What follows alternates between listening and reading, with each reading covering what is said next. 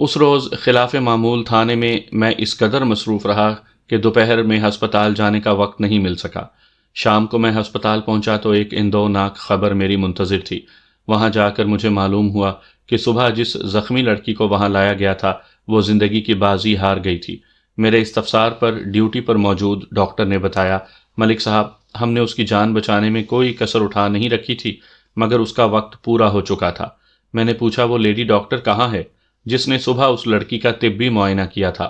اس کی ڈیوٹی کا وقت ختم ہو چکا ہے، اس نے جواب دیا۔ اگر کوئی بہت ہی ضروری کام ہو تو اسے بلایا جا سکتا ہے، اس کی رہائش ہسپتال سے زیادہ دور نہیں۔ میں نے کہا، اسے گئے کتنی دیر ہوئی ہے؟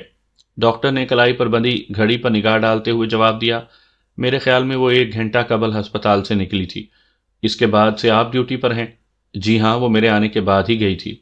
میں نے پوچھا، جب سے آپ ڈیوٹی پر ہیں اس لڑکی نے کسی قسم کی کوئی بات کی تھی؟